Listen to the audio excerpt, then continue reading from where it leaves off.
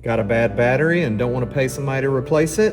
Well, today I'm going to show you how to replace your battery in 5 easy steps. So hit that subscribe button and let's get straight to the point. Step 1, we need to locate your battery.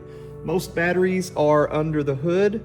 They're usually easily visible, but some batteries can be under the seat or they could be in the back of the vehicle. Step 2, let's figure out what tools we're going to need. For this battery, we're only going to need a 10mm socket. That should be all we need. Step 3, we are going to always disconnect the negative battery cable first.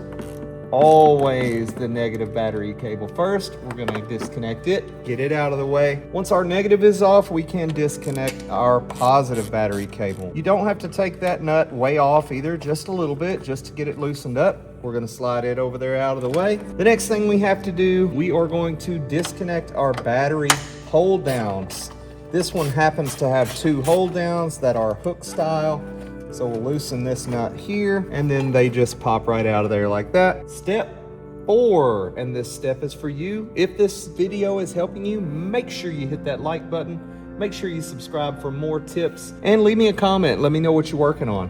Which brings us to step 5. All we have to do is reverse the procedure. So we're going to put our battery hold down back on. We're going to do our positive. And then we're going to do our negative.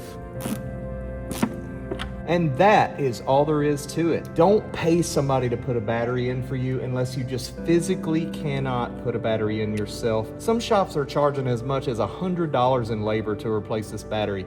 You can get it done in like 5 minutes. Well, thanks for watching. I hope you enjoyed. And like I said, if you like automotive tips like that, make sure you subscribe and hit that like button. Have a great day.